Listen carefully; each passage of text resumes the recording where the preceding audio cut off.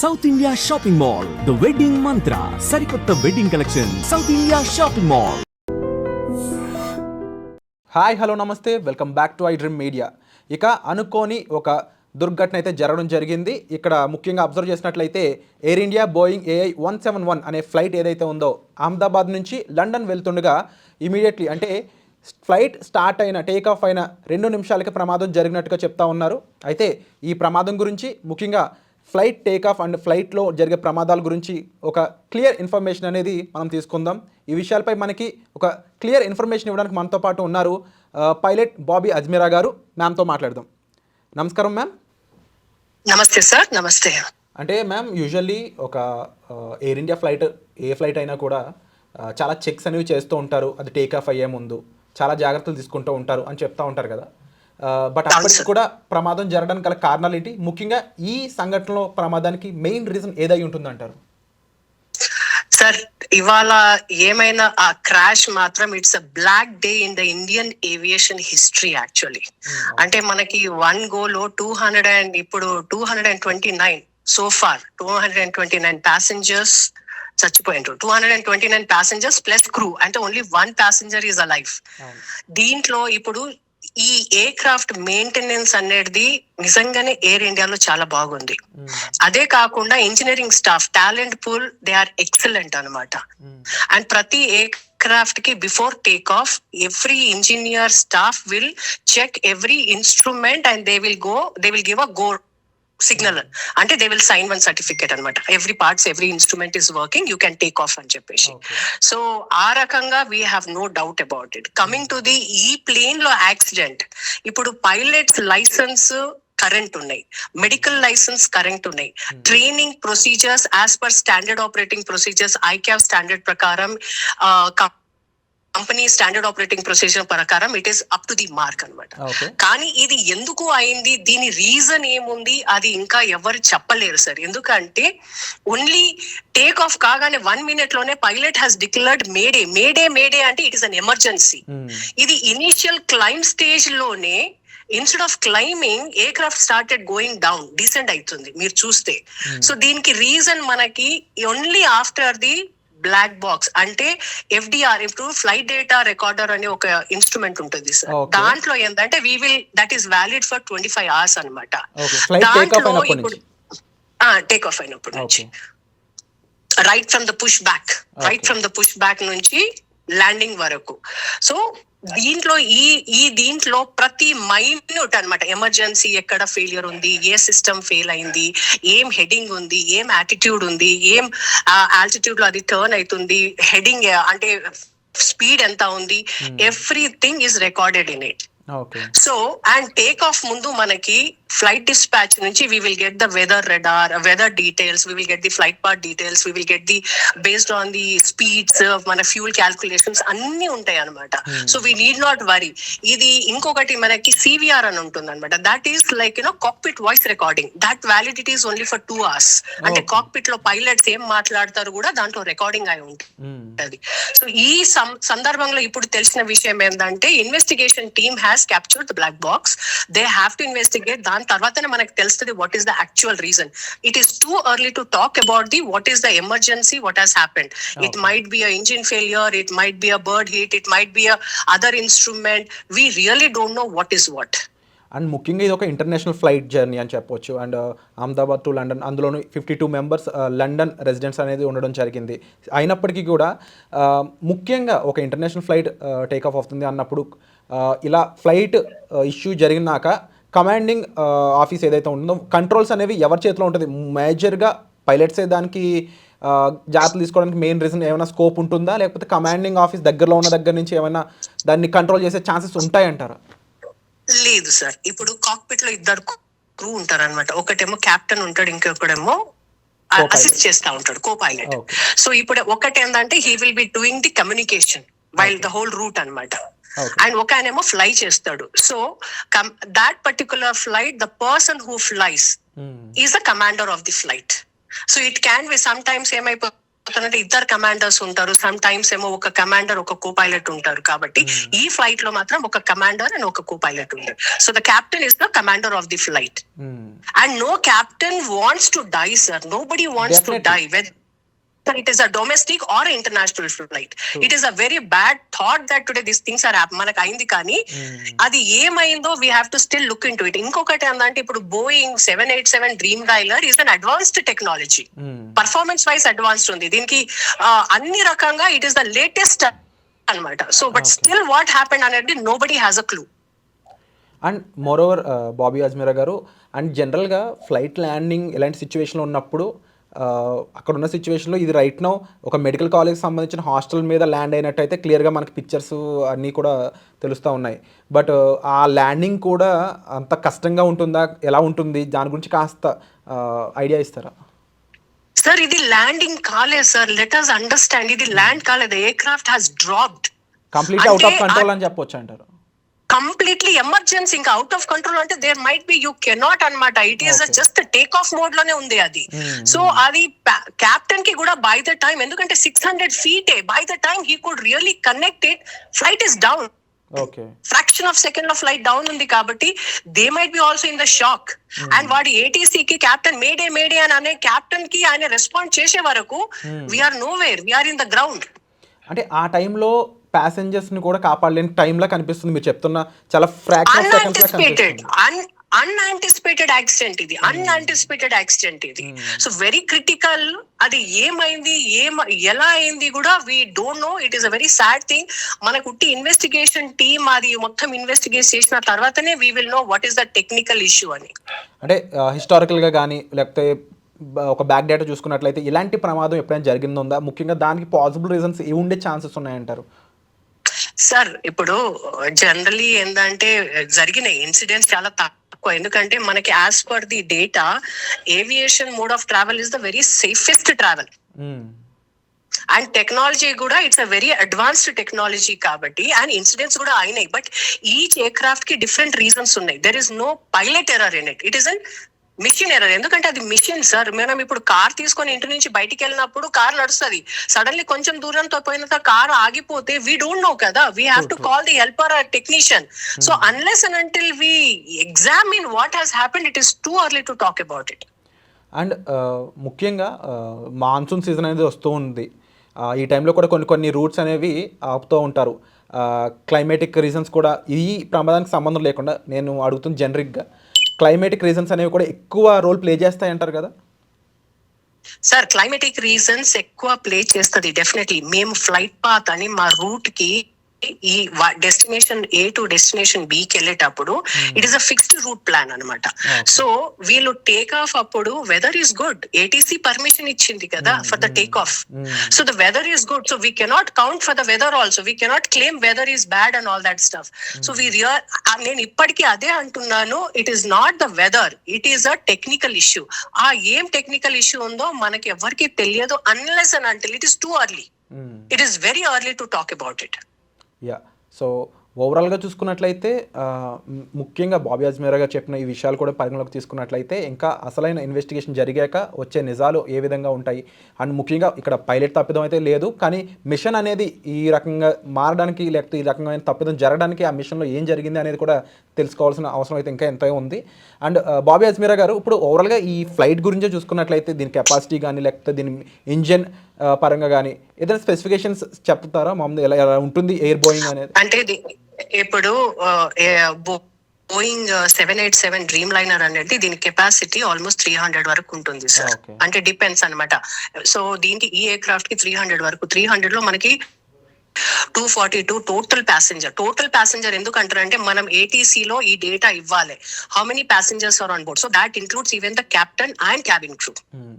That is the total passenger. So ఈ total passenger, ఈ cargo load, ఈ runway availability, దీని మీదనే we decide all the air speed and all that stuff. So that is not at all a constrain. Actually ఈ aircraft తోని కూడా problems లేదు. Actually 787 dream liner ఇప్పటి వరకు మన ఇండియాలో అసలు కాలేదు. This is the first incident to my knowledge. Okay. And ఈ బ్లాక్ బాక్స్ గురించి మీరు ఇక్కడ మెన్షన్ చేయడం జరిగింది, కాస్త దాని గురించి కూడా క్లుప్తంగా చెప్తారా? సార్ ఈ బ్లాక్ బాక్స్ అనేది it is nothing but the air craft లో ఏమైనా మాల్ ఫంక్షన్ ఉన్నప్పుడు ఈ బ్లాక్ బాక్స్ లో ఇండికేట్ అవుతుంది అనమాట. ఈ బ్లాక్ బాక్స్ ఏంటంటే it includes of flight data recording. ఈ ఫ్లైట్ పాత్ మనకి డెస్టినేషన్ A to B వెళ్ళేటప్పుడు ప్రతి minute data will be recorded in it అనమాట. You don't have to record, it is recorded automatically. And దీనికి validity 25 hours ఉంటుంది. అదే కాకుండా మీరు ఎయిర్ క్రాఫ్ట్ కి పార్కింగ్, ఇప్పుడు టాక్సీ స్టార్టింగ్ నుంచి ల్యాండింగ్ వరకు ఆ కాక్పిట్ లో కూడా అది flight data recording, flight details చెప్తారు. ఇది కాక్పిట్ లో 2 captains ఏం మాట్లాడుతుండ్రు అది cockpit voice recording. So that is also valid for 2 hours. So ఈ డేటాకి మనం బ్లాక్ బాక్స్ అంటాం. ఈ బ్లాక్ బాక్స్ లో ఇన్ఫర్మేషన్స్ అన్ని ఉంటాయి అనమాట. సో దీంతోనే మనకి తెలుస్తుంది ఏం ఇష్యూ ఉంది, ఏం టెక్నికల్ ఇష్యూస్ ఉంది.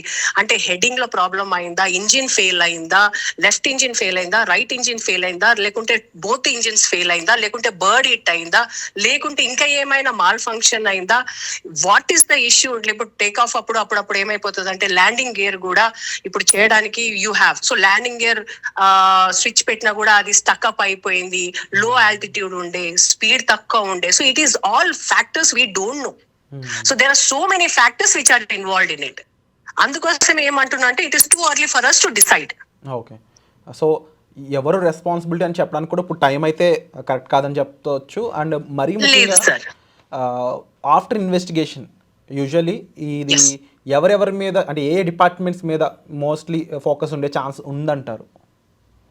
సార్ ఒకటేందంటే ఇప్పుడు ఫ్లైట్ లో డిపెండింగ్ అపాన్ ది, ఒకటేమో మనకి ఇంజనీరింగ్ డిపార్ట్మెంట్ ఉంటది, కాక్పిట్ ఉంటది, సో డిఫరెంట్ ఫ్యాక్టర్స్ ఉంటది, కార్గో ఉంటది, సిఆర్ఎం అంటే కింద ప్యాసింజర్స్ కూడా కార్గోది ఉంటది. So there are so many factors which are involved in it.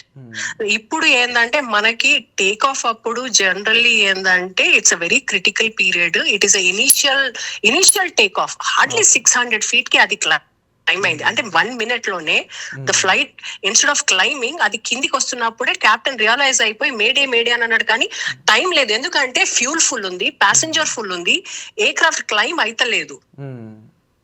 So అది ఫ్రాక్చర్ మనకి ఎట్లా అంటే పైనుంచి బాల్ 27th floor నుంచి బాల్ పడేస్తే ఎంత ఫాస్ట్ గా ఇదవుతుందో, అన్ఫార్చునేట్లీ అది మెడికల్ బిల్డింగ్ మీద పడ్డది sir. Completely gravitation and lot of scientific reasons అని చెప్పొచ్చు. And usually flight take off అయ్యాక, అంటే యాజ్ ఎ పైలట్గా మీరు ఎన్నో ట్రావెల్ చేస్తుంటూ ఉంటారు, ఫ్లైట్ టేక్ ఆఫ్ అయ్యాక అండ్ ఈ జనరల్ ఏమేమి ఉంటుంది, మేము చూసినంత వరకు విన్నంత వరకు ఫ్లైట్ అటెండెంట్స్కి, ఫ్లైట్ సిబ్బందికి మీరు ఇచ్చే కొన్ని కమాండ్స్ కానీ అండ్ జనరల్గా ప్రొసీజర్ ఏ విధంగా ఉంటుంది అంటారు?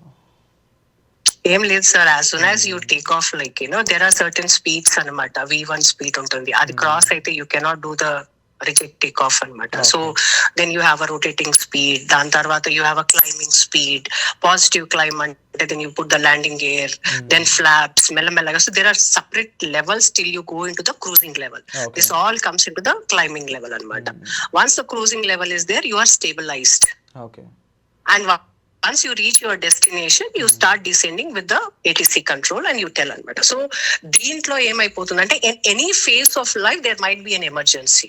Okay, but aa emergency ki meeku time untundi to think, act upon on it. Kani idi take off time ki ayipoyindi kabatti firstly there is very marginal time to think and act upon it. True Flight is full, so ఈ incidents చాలా rare అవుతుంది and very unfortunate.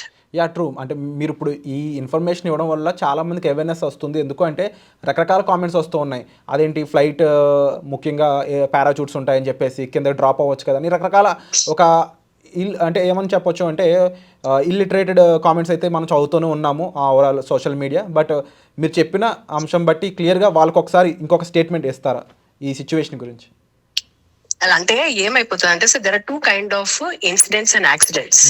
ఒకటేమో anticipated emergency అంటే you have time to act and reduce that malfunction risk and you can solve it. Unanticipated ante you don't have time to act upon it.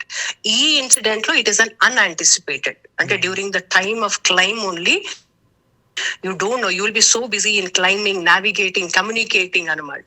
So this is it comes under the pocket of unanticipated. ఇప్పుడు మీరు చెప్పింది ఈ ఇదేంటి during emergency if in case of ditching or land అప్పుడు ఏంటంటే మనకి అది ఉంటది, వాటర్ అప్పుడేమో అక్కడ లైఫ్ జాకెట్స్ ఉంటాయి, ల్యాండ్ అప్పుడేమో స్లైడ్ రాఫ్ట్స్ ఉంటాయి మనకి.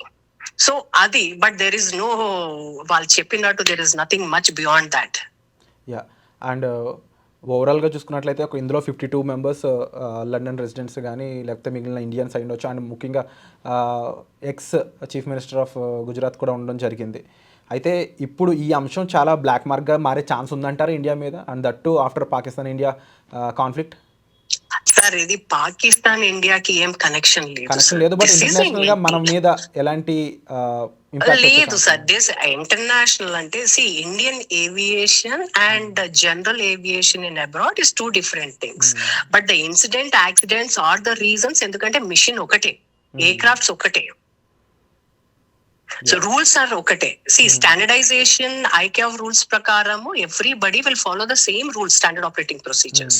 So this doesn't have anything to have an impact in the Indian market or US market or in the accidents. ఇప్పుడు ఎప్పుడైనా కావచ్చు సార్, నేను అదే అంటున్నాను, యాక్సిడెంట్స్ ఎప్పుడైనా కావచ్చు, ఎవరో అయినా కానీ ప్లాన్డ్ గా యాక్సిడెంట్స్ అవుతారంటే will be very cautious. So ఇంకా ఎలాంటి సో ఎలాంటి రిస్క్ అనాలిసిస్ మూమెంట్స్ కానీ ఇవి ఇంకా ఇంక్లూడ్ చేయాల్సి ఉంటుందంటారు ఇప్పటి నుంచి? సార్ రిస్క్ అనాలిసిస్ ఏంటంటే ఈ pilots are trained upon the emergencies అనమాట. ఇట్ క్యాన్ బి డిచ్చింగ్ అయినా, ల్యాండింగ్ అయినా, ఇన్స్ట్రుమెంట్ లోపల ఏమైనా ఇన్స్ట్రుమెంట్ వర్క్ పని చేస్తలేరు. So there are so many procedures where these people are upgraded, upskilled. Then only they are kind of put into the cockpit. అంటే usually ఎన్ని hours of flight training తర్వాత ఇలాంటి major flights నడిపే chance వస్తుంది అంటారు ma'am? అట్లా ఏం లేదు sir. As per Indian aviation ఇప్పుడు మీకు CPL చేయడానికి 200 hours కావాలి సార్, కమర్షియల్ పైలట్స్ లైసెన్స్ రావడానికి. Director general of civil aviation exams ఉంటాయి. ఆ ఎగ్జామ్స్ కి మీరు పాస్ అయితే మీకు 200 hours మినిమం ఎలిజిబిలిటీ క్రైటీరియా ఉంటుంది సార్. దాని తర్వాత మీరు ఎయిర్ బస్ అయినా, బోయింగ్ అయినా, ATR ఎయిర్ క్రాఫ్ట్స్ అయినా, ఇంకా ఏమైనా ఎయిర్ క్రాఫ్ట్స్ కి మీరు టైప్ రైటింగ్ చేయాలి. Those type rating is for 45 days. దాని తర్వాత you apply for any airline. So once you are recruited in the airline, మళ్ళీ airline will train you on that specific training anamata. Okay. వాళ్ళ emergency procedure, aircraft parts ఏముంది, what you have to do, how you have to do the crew resource management, integration with the ground, with the ATC, ఇవన్నీ ఉంటాయి. So all this training అయిపోయిన తర్వాత మళ్ళీ airline వాళ్ళు కూడా మీకు exam conduct చేస్తారు. ఆ ఎగ్జామ్ లో పాస్ అయిన తర్వాత then again you have a flight check. ఆ ఫ్లైట్ రూట్ చెక్ ఉంటుంది మీకు. ఆ దాని తర్వాత ఫైనల్ రూట్ చెక్ తర్వాతనే you will be released as a pilot, co pilot. So you will be released as a trainee pilot. So during that training pilot, they will be having lot of number of hours. Airline to airline it differs anamata. Dan tarvata you will be put as a co-pilot in the right seat. And then you will be assigned one mentor. Okay. You will be assigned one mentor. That mentor will be always kind of guiding you, mentoring you. So this is a very systematic, scientific way of training which is happening into the aviation segment. Okay. So ఇక్కడ చాలా క్లియర్గా అర్థమవుతుంది వాళ్ళు ఎంత training undergone అవుతారు అనేది. అంతేకాకుండా ముఖ్యంగా బాబీ అజ్మీరా గారు చెప్పిన విషయాలను బట్టి అబ్జర్వ్ చేస్తే యాక్చువల్ ఫ్యాక్ట్స్ అనేవి ఇంకా తెలుసుకోవాల్సిన అవసరం ఉంది. And thank you so much for the important information ma'am. Definitely చాలా మందికి ఐ ఓపెన్ అవుతుంది దీన్ని బట్టి. సార్ ఇంకో ఇన్ఫర్మేషన్ చేయాలి. రీసెంట్ ఇప్పుడు లేటెస్ట్ ఏంటంటే there is 11A passenger okay బతికి బయటపడ్డాడు. అంటే 242 passengers, total passengers, including crew and cockpit crew, there is one passenger who is live and who has been cleared, validated by the commissioner of police, and ఆయన నడుచుకుంటా వెళ్తుండు. So that is a miracle. That is the really అసలు eyebrows goose bumps వస్తున్నాయి అనమాట. ఇంత పెద్ద incident లో ఎవరు బతకలేరు అని అనుకున్నప్పుడు దాంట్లోకి వెళ్ళి ఒక ప్యాసింజర్ నడుచుకుంటా బయటికి వెళ్తుండే, this is a great miracle. True, ఎందుకంటే no one expect this thing. ఎందుకంటే మనం ఆ ఫ్లైట్ వీడియో ఒకసారి అబ్జర్వ్ చేసినట్లయితే బ్లాస్ట్ చూడొచ్చు, ఆ ఫైర్ చూడొచ్చు క్లియర్గా. ఆఫ్టర్ దట్ కాలేజ్ హాస్టల్లో ఫ్లైట్స్ ఎక్లాలు చూడొచ్చు. But how it is happen, is there any possible chances అంటారా? లేదు sir, zero chances sir. It's all the debris are scattered అక్కడ. ఇంకో బిల్డింగ్ మీద పడి వాళ్ళు చచ్చిపోయినారు పాపం. And the air craft was full with fuel. Take off కదా, 10 hours ఫ్లైట్, 10-11 hours ఫ్లైట్ కి ఫుల్ ఫ్యూల్ తీసుకుంటారు. ప్యాసింజర్స్ ఉంటాయి, కార్గై ఉంటది. అసలు అది the way it fall down, the rate of speed of అది పడడం ఎట్లా ఉంటది అంటే సర్వైవల్ ఛాన్సెస్ సార్ 0%. కానీ దాంట్లోకి వెళ్ళి ఒక ఆయన లేచి బయటికి వచ్చి నడుచుకుంటా వెళ్ళడం అనేది మిరాకిల్. డెఫినెట్లీ ఆయన స్టేట్మెంట్ కోసం ఇప్పుడు ప్రపంచం మొత్తం ఎదురు చూస్తుందనలో డౌట్ లేదు. Absolutely. Actually one beautiful thing and one hope is ఏంటంటే ఒక ఆయన లేచి నడుచుకుంటూ పోతుండే. కానీ ద సాడ్ థింగ్ ఏంటంటే ఇండియన్ ఏవియేషన్ హిస్టరీలో ఈ ఇన్సిడెంట్ కావడం అండ్ సో మెనీ లైఫ్స్ ఒక్కటేసారి వెళ్ళడం, దాంట్లో ex-CM ఆఫ్ గుజరాత్ కూడా ఉన్నాడు. కాబట్టి it's a very sad information. True. But ఓం శాంతి, వాళ్ళందరి కోసం మనం నిజంగా ప్రార్థిద్దాం. అండ్ డెఫినెట్లీ ఇలాంటి ఒక క్రూషియల్ ఇన్ఫర్మేషన్ మాతో షేర్ చేసుకున్నందుకు thank you so much ma'am. Thank you sir. Om Shanti sir. నిజంగా ప్రస్తుతం ఉన్నటువంటి సమాజం దేనికి ప్రయారిటీ ఇస్తుంది? ఆర్థిక సంబంధాల చుట్టూ మాత్రమే తిరుగుతోంది. మళ్ళీ ఎన్నికలంగానే చాలా విరక్తి కలుగుతున్నాం. మంచి అనిపిస్తుంది కదా, లేడీస్ కూడా ఛాలెంజింగ్ జాబ్స్ చేసినప్పుడు చాలా బాగుంటది. ట్రాఫిక్ అసిస్టెంట్స్ గా నియమించిన ట్రాన్స్జెండర్స్ అందరితో సాల్యూట్ చేయించుకుంటున్నారు. ఫుడ్ డెలివరీ ఇవ్వటానికి వెళ్ళినటువంటి డెలివరీ బాయ్ అనిల్ పై కళ్ళ ముందు పెళ్ళండి